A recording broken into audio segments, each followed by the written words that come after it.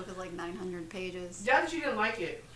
Or you said it was long-winded. It was something you didn't like. So my issue with the final installment of Crescent City was that it wasn't a very tightly told story. Like, it was long-winded. Like with Throne of Glass, like everything kind of ties in, and I think like the last book, Kingdom Ash, was like a little funky, but like everything kind of made sense. Like you know, it was like a domino effect. So like something that happened in the third book kind of pops up later. Yeah, and like everything makes sense. And it was very tightly told. And then this series, this one, a court series. I don't know, ACOMAF series. It's not finished yet, but for the most part, it makes sense. Yeah, like it's again very tightly told.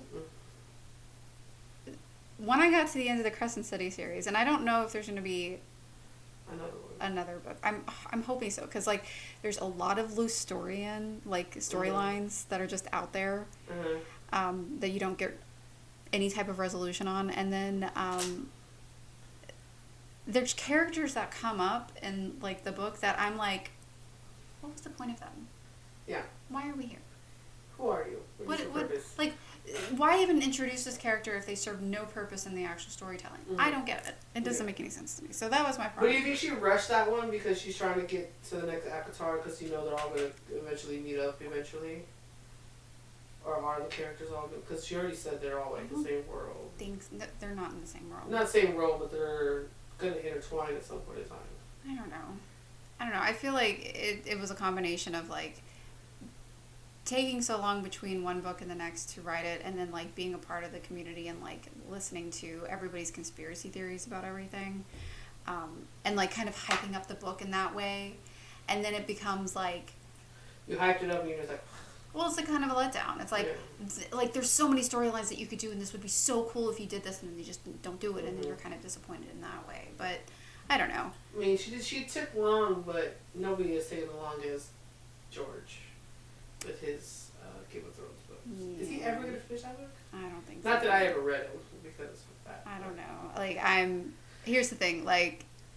If it came out, would you read it? Yes. Okay. With him throwing shade at D&D for the series and, like, deviating from the books and, like, giving them heat for that, I think it's interesting. And I definitely think it's telling of how he's trying to tell the story, that like if he actually ever finishes it, that it's not going to have the same ending.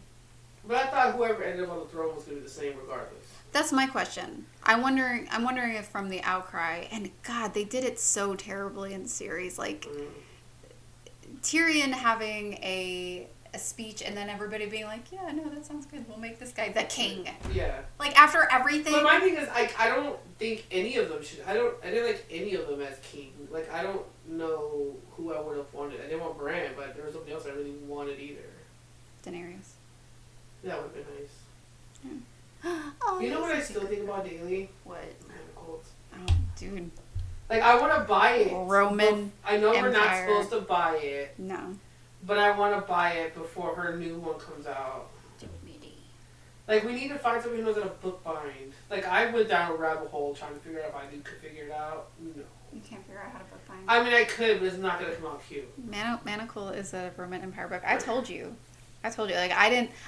You gave me shit for not telling you about that book. Mm-hmm. But let me tell you that it's a book you're going to think about forever. So, this book kind of matches my nails. The Lorcana people, like, a lot of the girls that I talked to, they read, too. And they were like, what's your book? I was like, Manacled. Everybody's freaking Manacled. Because theirs was like...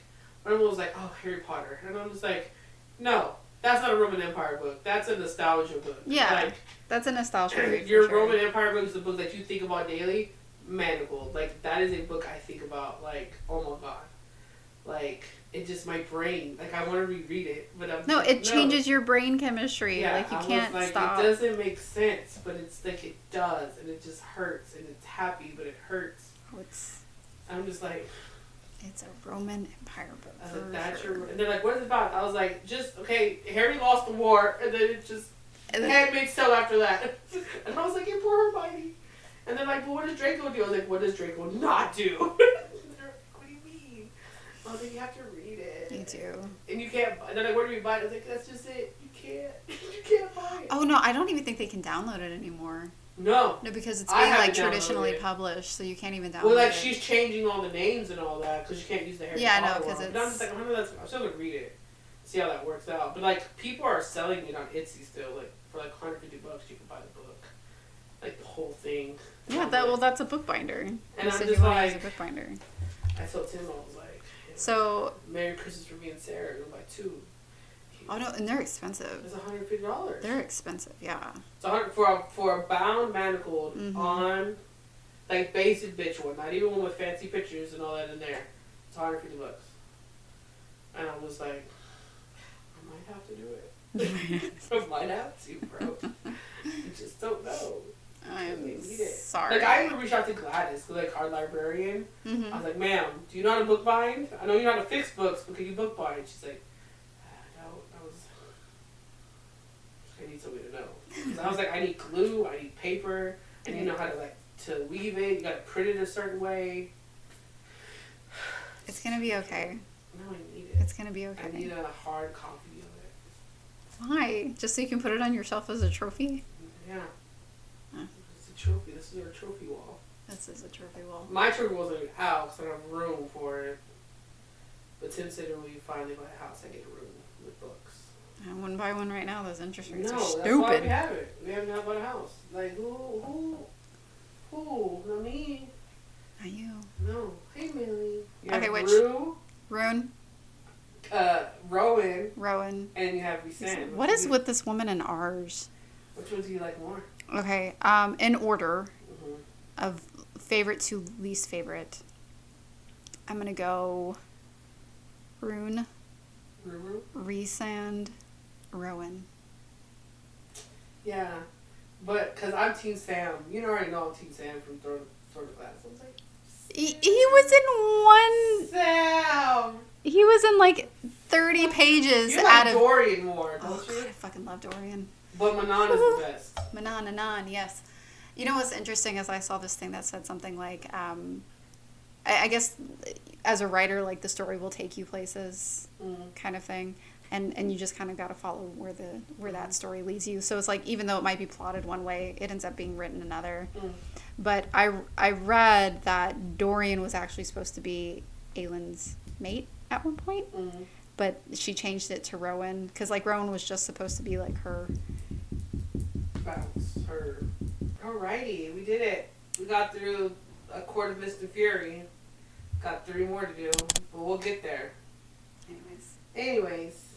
Peace out. Thank you so much for watching. We'll be back.